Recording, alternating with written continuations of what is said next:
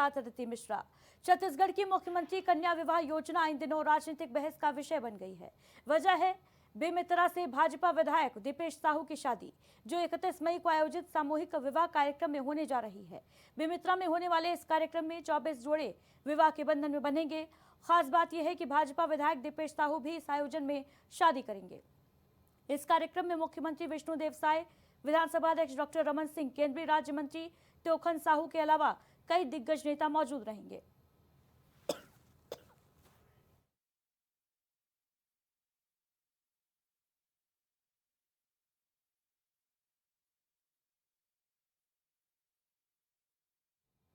वहीं कर्नाटक में मुख्यमंत्री सिद्धरामैया के इस्तीफे के बाद छत्तीसगढ़ की राजनीति में ढाई साल फॉर्मूला चर्चा में आ गया है। पूर्व मुख्यमंत्री भूपेश बघेल ने साफ कहा है कि कांग्रेस हाईकमान ने उनसे कभी इस्तीफा नहीं मांगा। रायपुर में मीडिया से बातचीत के दौरान भूपेश बघेल ने कहा कि मुख्यमंत्री बनने के पहले दिन से ही उनसे पूछा जाता था कि क्या वे केवल 2.5 साल के लिए मुख्यमंत्री बने हैं। उन्होंने कहा कि मैंने उसी दिन साफ कर दिया था कि अगर हाईकमान का फोन आएगा तो मैं तुरंत इस्तीफा दे दूंगा, लेकिन 5 साल तक ऐसा कोई निर्देश नहीं मिला। भूपेश बघेल ने कहा कि पार्टी ने जो जिम्मेदारी दी उसे पूरी निष्ठा के साथ निभाया। इसके साथ ही उन्होंने बीजेपी पर निशाना साधते हुए आरोप लगाया कि विपक्ष लगातार भ्रम फैलाने का काम करता रहा।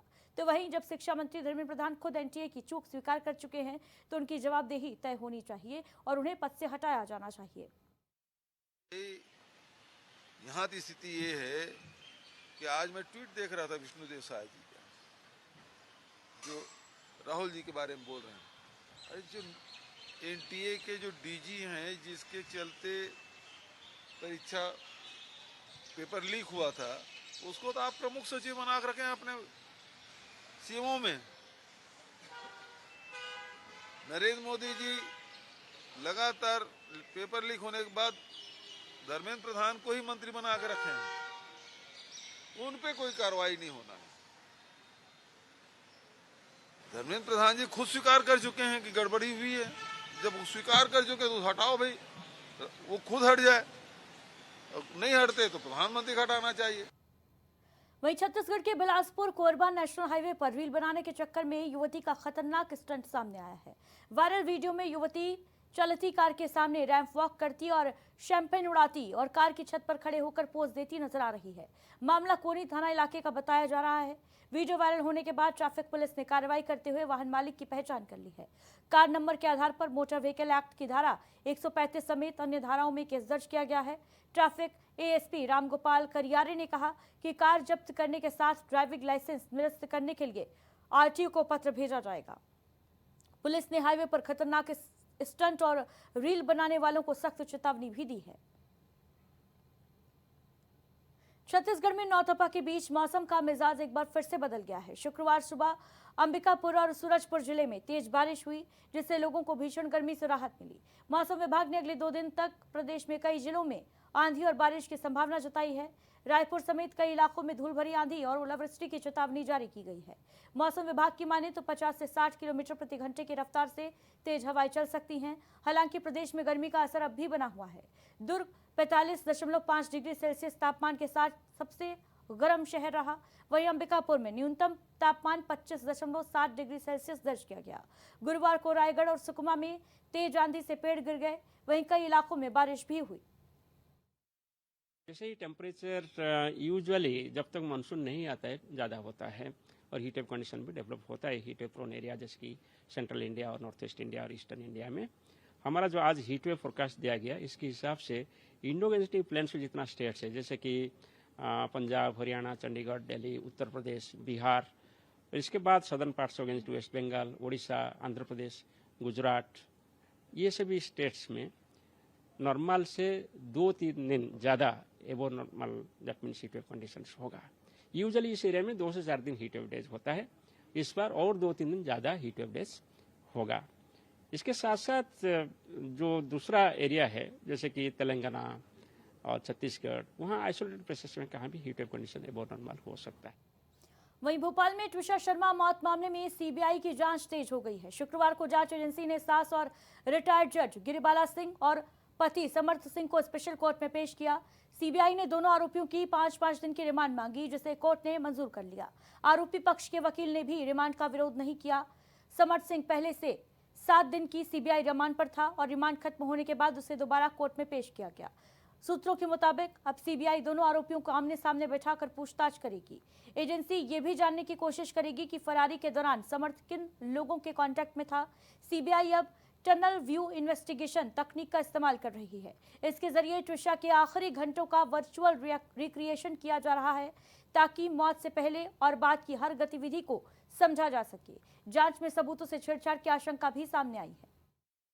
एक हस्बैंड है और एक सास है जो तुषार शर्मा की। इसके बाद समर सिंह जो है उनको तो अरेस्ट कर लिया गया था पहले से ही, इन्वेस्टिगेटिंग एजेंसी के वो पुलिस रिमांड पे थे आज तक के लिए। इसके बाद कल शाम को सीबीआई ने जो नई एफआईआर रजिस्टर करी उसमें गिरेबाला सिंह को भी अरेस्ट करा। दोनों आरोपियों को आज मजिस्ट्रेट के सामने पेश करा गया और 5 दिन की रिमांड मांगी गई थी। रिमांड मुख्य रूप से इन आधारों पर मांगी गई कि टेम्परिंग ऑफ एविडेंस की आशंका है, विटनेसेस को डराया जा सकता है, भागने फरार होने की संभावना है, डाउरी से संबंधित जो एलिगेशंस हैं उनके संबंध में इन्वेस्टिगेशन बचा हुआ है, कन्फ्रंट्रेशन अभी कराएंगे। उसके बाद चाहे क्राइम सीन हो चाहे कलेक्शन ऑफ एविडेंस, इन्वेस्टिगेशन के संबंध में शुरू से जो चीज़ें बची हुई हैं उन सबको अभी सीबीआई को नए सिरे से कवर अप करना है। इसके लिए 5 दिन का रिमांड मांगा गया था और 5 दिन का रिमांड मजिस्ट्रेट ने अलाउ कर दिया।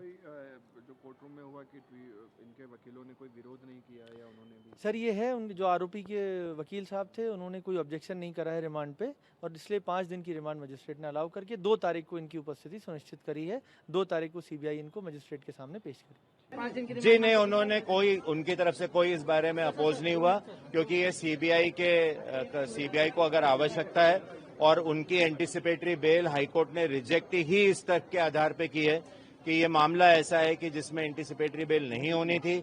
ये माननीय उच्च न्यायालय के सामने विस्तार से तर्क रखे गए थे कि इस गिरीबाला की भी कस्टडी की आवश्यकता है उनसे पूछताछ करने के लिए। तो इन सब तथ्यों को दृष्टि में रखते हुए ही माननीय उच्च न्यायालय ने एंटिसिपेटरी बेल ऑर्डर को क्वैश किया है।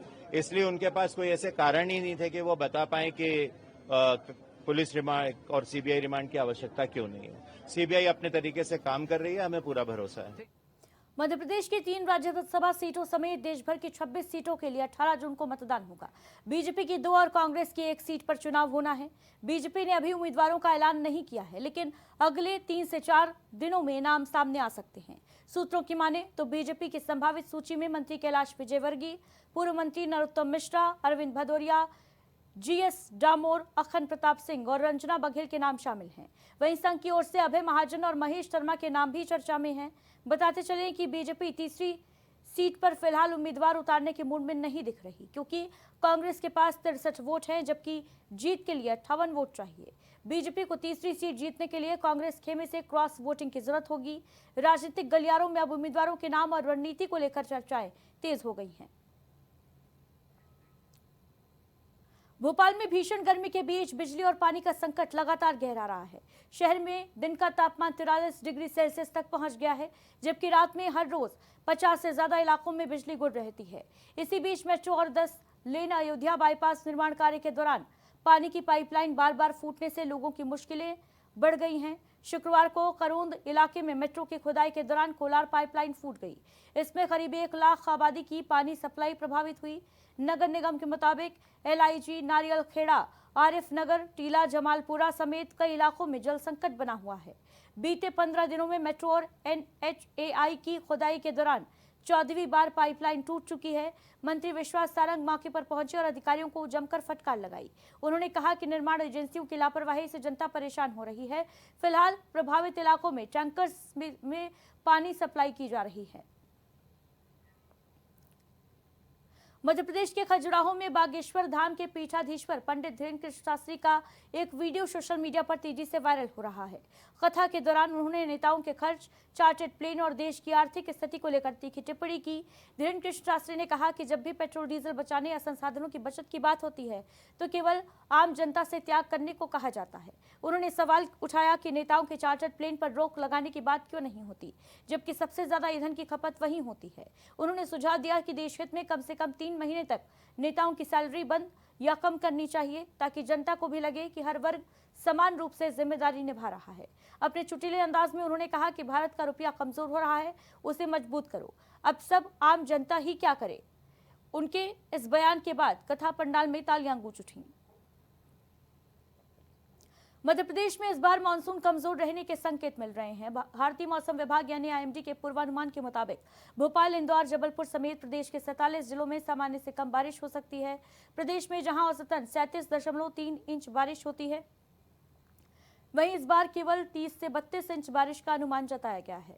मानसून की एंट्री भी तय वक्त से 5 से 8 दिन की देरी से होगी, यानी 20 जून के बाद हो सकती है। मौसम विभाग की माने तो केवल 8 जिलों में सामान्य बारिश की उम्मीद है, जबकि बाकी इलाकों में बारिश कमजोर रह सकती है।